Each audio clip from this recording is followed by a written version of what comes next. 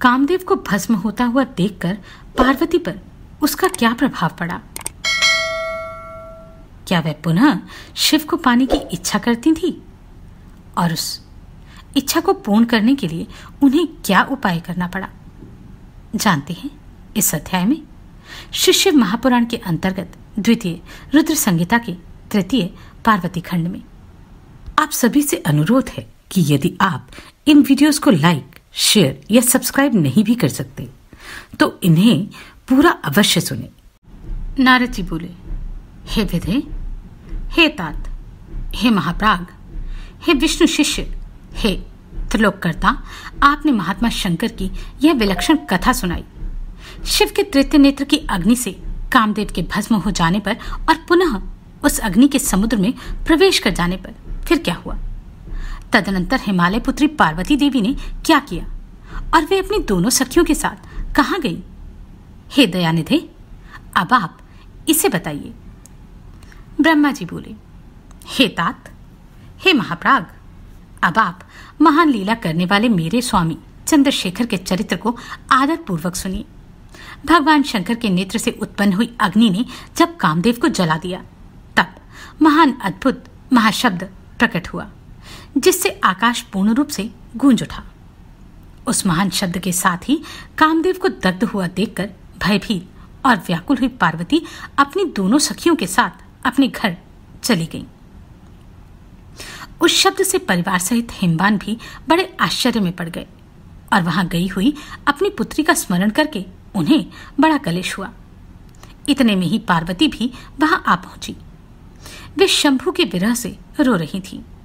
अपनी पुत्री को अत्यंत बेवल देखकर शैलराज हिमवान को बड़ा शोक हुआ और वे शीघ्र ही उनके पास पहुंचे। वे हाथ से उनकी दोनों आंखों को पोंछकर बोले, हे शिवे, डरो मत, रो मत। ऐसा कहकर उन्हें पकड़ लिया। इसके बाद पर्वतराज हिमवान ने अत्यंत बेवल हुई पुत्री पार्वती को शीघ्र ही गोद में उठा लिया और वे उन्हें सांत्वना देते हुए अपने घर ले आए। कामदेव का दाह करके महादेव जी के अंतर्धान हो जाने पर उनके विरह से पार्वती अत्यंत व्याकुल हो गई और उन्हें कहीं भी शांति नहीं मिल रही थी। पिता के घर आकर जब वे अपनी माता से मिली, उस समय पार्वती ने अपना नया जन्म हुआ माना। वे अपने रूप की निंदा करने लगी और कहने लगी, हाय, मैं मारी गई। सखियों के समझाने पर भी वे गिरिराज कुमारी कुछ समझ नहीं पाती थी। वह सोते जागते, खाते पीते, नहाते धोते, चलते फिरते और सखियों के बीच में बैठते समय किंचित मात्र भी सुख का अनुभव नहीं करती थी। मेरे स्वरूप, जन्म तथा कर्म को धिक्कार है, ऐसा कहती हुई वे सदा महादेव जी की प्रत्येक चेष्टा का चिंतन करती रहती थी। इस प्रकार वे पार्वती भगवान शिव के विरह से मन ही मन अत्यंत कलेश का अनुभव करती और किंचन मात्र भी सुख नहीं पाती थी। वे सदा शिव शिव कहा करती थी। पिता के घर में रहकर भी वे चित्त से बिना कपाणी भगवान शंकर के पास पहुंचती रहती थी। हे तात, शिवा शोकमग्न हो बारंबार मूर्छित हो जाती थी।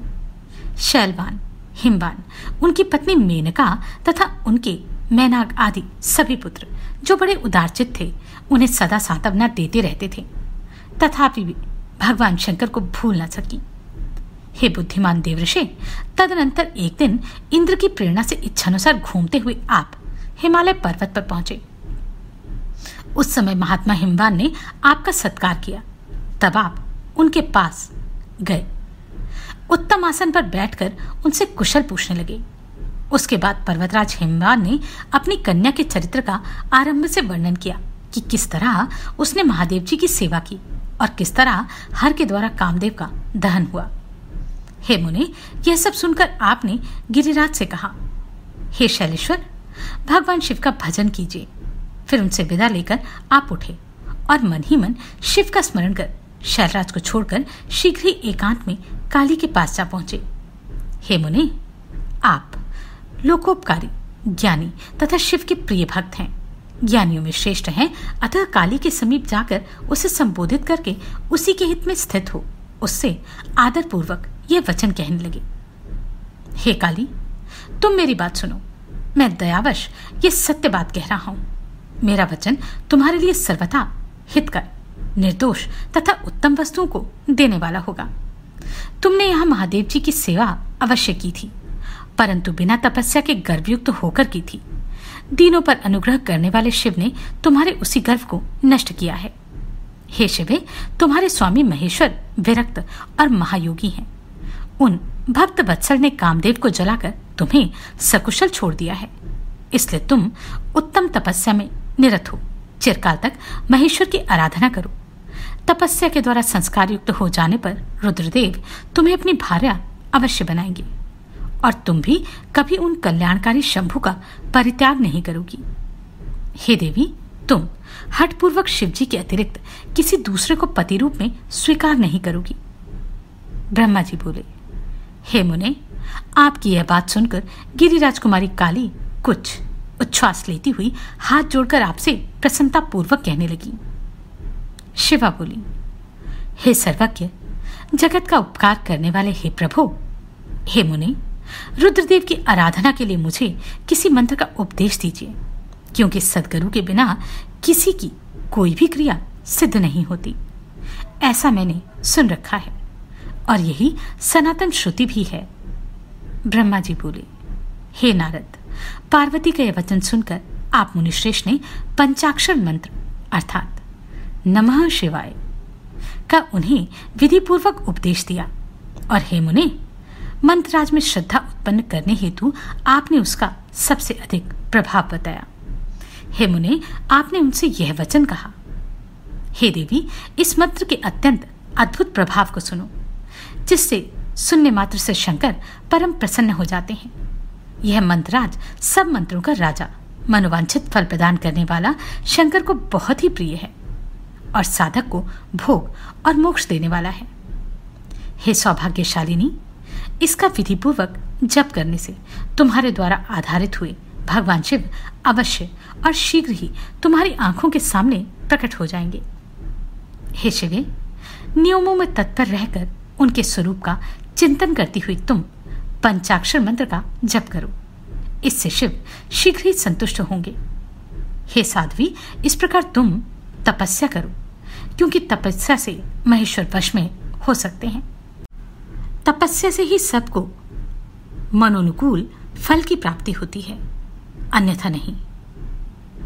ब्रह्मा जी बोले, हे नारद, काली से इस प्रकार कहकर भगवान शिव के भक्त, इच्छानुसार विचरण करने वाले तथा देवताओं के हित में तत्पर रहने वाले अपने स्वर्गलोक को प्रस्थान किया। हे नारद, तब आपकी बात को सुनकर पार्वती बहुत प्रसन्न हुई, क्योंकि उन्हें परम उत्तम पंचाक्षर मंत्र की प्राप्ति हुई थी। ब्रह्मा जी बोले, हे देवऋषि, आपके चले जाने पर प्रसन्नचित पार्वती ने शिवजी की तपस्या से ही साध्य माना और तपस्या करने का मन बना लिया। तदनंतर पार्वती ने अपनी जया एवं विजया नामक सखियों के द्वारा अपनी माता मैना तथा पिता हिमालय से तप करने की आज्ञा मांगी। उन दोनों सखियों ने सबसे पहले पर्वतराज हिमालय के पास जाकर नम्रता पूर्वक भक्तिभाव से प्रणाम कर पूछा, हे हिमालय, आपकी पुत्री पार्वती जो आपसे कुछ कहना चाह रही हैं, उसे सुनिए। यह आपकी पुत्री अपने शरीर, रूप तथा आपके कुल को भगवान शंकर की आराधना से सफल बनाना चाहती हैं। वे शंकर तपस्या से ही साध्य हैं, अन्य उपाय से उनका दर्शन संभव नहीं है। हे गिरिराज, इसलिए आपको इसी समय आज्ञा प्रदान करनी चाहिए, जिससे गिरिजा वन में जाकर आदरपूर्वक तपस्या करे। ब्रह्मा जी बोले, हे मुनिश्रेष्ठ, पार्वती की सखियों के द्वारा इस प्रकार पूछे जाने पर गिरिराज भलीभांति विचार कर यह कहने लगे, मुझे तो यह बात अच्छी लगती है, परंतु यदि पार्वती की माता को यह बात अच्छी लगे तो ऐसा ही होना चाहिए। यदि ऐसा हो तो इससे बढ़कर और क्या बात हो सकती है।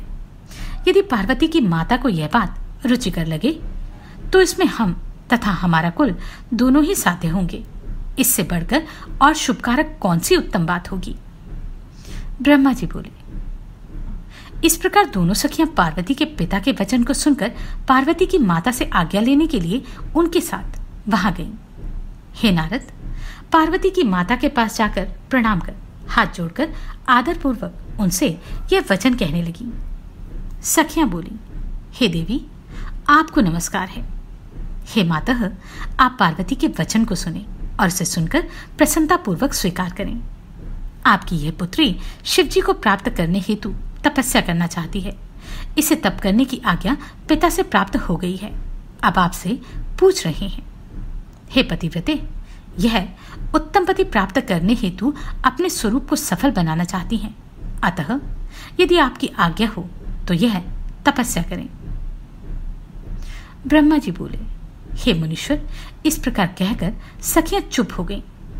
मैना यह बात सुनते ही खिन्न मन वाली हो गई और उन्होंने इस बात को अस्वीकार कर दिया। तब वे पार्वती शिवजी के चरण कमलों का ध्यान कर हाथ जोड़कर विनम्रचित होकर अपनी माता से स्वयं कहने लगी, हे माता, मैं महेश्वर को प्राप्त करने के लिए प्रातःकाल तपस्या हेतु तपोवन जाना चाहती हूँ। अतः आप मुझे जाने के लिए आज ही आज्ञा प्रदान करें।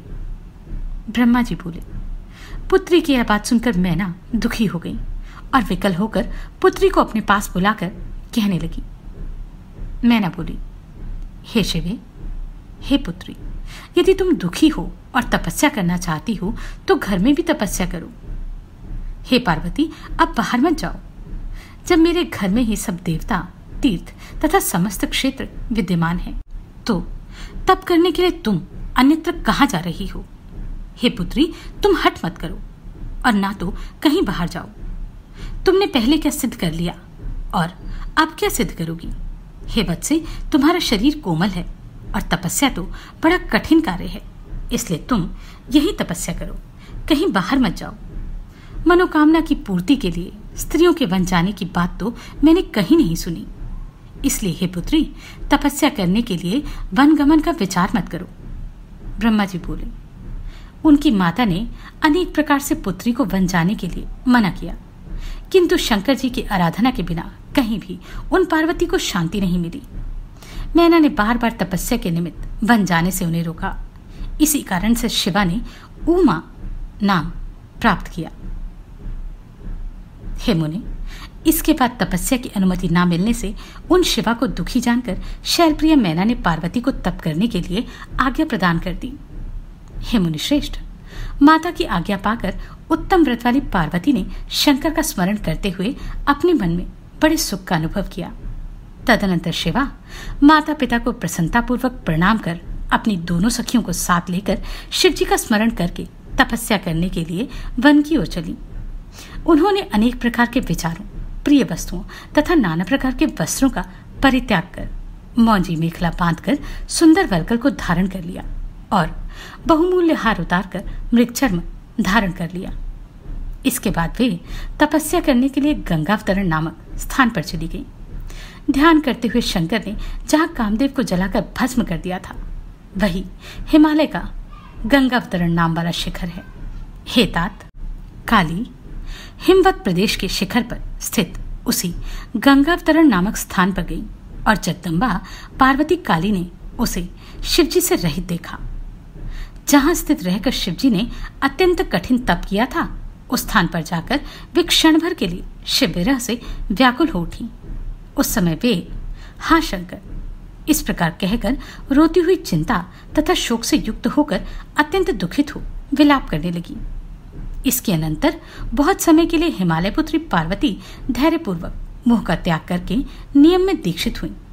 वे उस महान उत्तम श्रृंगी तीर्थ में तपस्या करने लगी। उस स्थान में गौरी की तपस्या करने के कारण उसका गौरी शंकर ऐसा नाम पड़ा।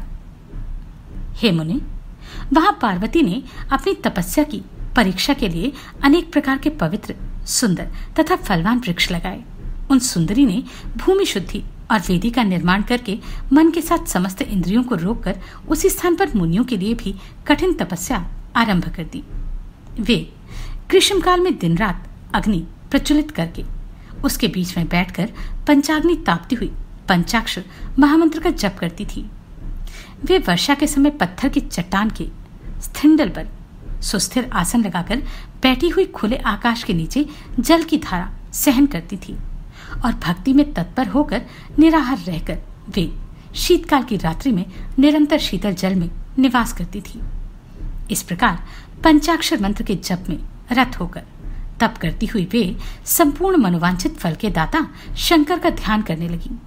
वे प्रतिदिन अवकाश मिलने पर अपने द्वारा लगाए गए सुंदर वृक्षों को सखियों के साथ प्रसन्नता पूर्वक सींचती थी तथा अतिथि सत्कार भी करती थी। शुद्ध चित्त वाली वे पार्वती आंधी, सर्दी, अनेक प्रकार की वर्षा तथा असह धूप बिना कष्ट माने सहन करती थी। हे मुने, इस प्रकार उनके ऊपर अनेक प्रकार के दुख आए, परंतु उन्होंने उनकी कुछ भी परवाह नहीं की। वे केवल शिव में मन लगाकर वहां स्थित थी। इस प्रकार तप करती हुई देवी ने पहले फलाहार से, फिर पत्ते के हार से क्रमशः अनेक वर्ष बिताए। तदनंतर हिमालय पुत्री शिवा देवी पत्ते भी छोड़कर सर्वथा निराहार रहकर तपस्या में लीन रहने लगी। जब उन हिमालय पुत्री शिवा ने पत्ते खाना भी छोड़ दिया, तब वे शिवा देवताओं के द्वारा अपर्णा कहीं जाने लगी। इसके बाद पार्वती भगवान शिव का ध्यान करके एक पैर पर खड़ी होकर पंचाक्षर मंत्र का जप करती हुई कठोर तपस्या करने लगी। उनके अंग चीर और वर्क से ढके थे। वे सिर पर जटाजूट को धारण किए थी। इस प्रकार शिव जी के चिंतन में लगी हुई पार्वती ने तपस्या के द्वारा मुनियों को भी जीत लिया। इस प्रकार तप करती हुई तथा महेश्वर का चिंतन करती हुई उन काली ने 3000 वर्ष इस तपोवन में बिता दिए। जहां पर शंकर जी ने 60,000 वर्ष तक तपस्या की थी, उस स्थान पर कुछ क्षण रुककर वे अपने मन में विचार करने लगी। हे महादेव, क्या आप तपस्या में संलग्न हुई मुझे नहीं जानते? जो कि मुझे तपस्या में लीन हुए इतने वर्ष बीत गए, फिर भी आपने मेरी सुध न ली। लोक एवं वेद में मुनियों के द्वारा सदा गान किया जाता है कि भगवान शंकर सर्वज्ञ, सर्वात्मा तथा सर्वदर्शन है। वे देव समस्त ऐश्वर्य को प्रदान करने वाले, सब प्रकार के भावों से प्राप्त होने वाले, भक्तों के मनोरथ सदा पूर्ण करने वाले तथा सभी प्रकार के कष्टों को दूर करने वाले हैं। यदि मैं अपनी सारी कामनाओं का त्याग कर मात्र वृषभध्वज शंकर में अनुरक्त हूं, तो वे शंकर मुझ पर प्रसन्न हो। यदि मैंने उत्तम भक्ति के साथ विधिपूर्वक नित्य नारद तंत्रोक्त पंचाक्षर मंत्र का जप किया है, तो वे शिव जी मेरे ऊपर प्रसन्न हो। यदि मैंने विकार रहित होकर भक्तिपूर्वक सर्वेश्वर शिव का यथोचित चिंतन किया है, तो वे शंकर मुझ पर परम प्रसन्न हो। इस तरह नित्य अपने मन में सोचती हुई उन्होंने नीचे की ओर मुख किया एवं जटावल्कल धारण कर निर्विकार होकर दीर्घ काल तक तप किया। इस तरह उन्होंने मुनियों के लिए भी दुष्कर तपस्या की, जिसका स्मरण कर वहां सभी पुरुष परम विस्मय में पड़ गए। उनकी तपस्या देखने के लिए सभी लोग वहां उपस्थित हो गए और अपने को धन्य मानते हुए एक स्वर से कहने लगे, धर्म वृद्धों के पास बड़े लोगों का जाना कल्याणकारी कहा गया है। तपस्या में कोई प्रमाण नहीं है। विद्वानों को सदा धर्म का मान करना चाहिए। इसकी तपस्या को सुनकर तथा देखकर ऐसा ज्ञात होता है कि अन्य लोग क्या तप कर सकते हैं। संसार में इसके तप से बढ़कर कोई तप ना तो हुआ है और ना होगा। इस प्रकार कहते हुए पार्वती के तप की प्रशंसा कठोर अंग वाले वे तपस्वी तथा अन्य जन प्रसन्न हो अपने अपने स्थानों को चले गए। ब्रह्मा जी बोले, हे महर्षि, अब आप जगदम्बा पार्वती की तपस्या के अन्य बड़े प्रभाव को सुनिए, जो महान आश्चर्यजनक चरित्र है। पार्वती के आश्रम में रहने वाले समस्त जंतु जो स्वभाव से ही परस्पर विरोधी थे, वे भी उनकी तपस्या के प्रभाव से वैर रहित हो गए। निरंतर राग आदि दोष से युक्त रहने वाले वे सिंह और गौ आदि भी वहां उनकी तपस्या की महिमा से परस्पर बाधा नहीं पहुंचाते थे। हे मुनिश्रेष्ठ, मार्जर, मूषक आदि भी जो स्वभाव से आपस में बैर करने वाले हैं, वे भी एक दूसरे के प्रति कभी विकार भाव नहीं रखते थे। हे मुनिसत्तम, यहाँ फलयुक्त वृक्ष, विविध प्रकार के तृण और विचित्र पुष्प उत्पन्न हो गए। ये संपूर्ण वन उनकी तपस्या की सिद्धि के रूप में परिवर्तित हो गया और कैलाश के समान जान पड़ने लगा। पार्वती कठोर तपस्या कर रही थी, किंतु शिव थे कि उनको दर्शन ही नहीं देते थे। जानते हैं किस प्रकार शिव प्रसन्न हुए और उन्होंने पार्वती की तपस्या का प्रभाव उन्हें दिया, या कहें फल उन्हें दिया। अगले अध्याय में आप सभी को कोटि कोटि साधुवाद। आपने इन वीडियोस को इतना प्रेम दिया। नमस्कार, मैं आभा शर्मा जावास।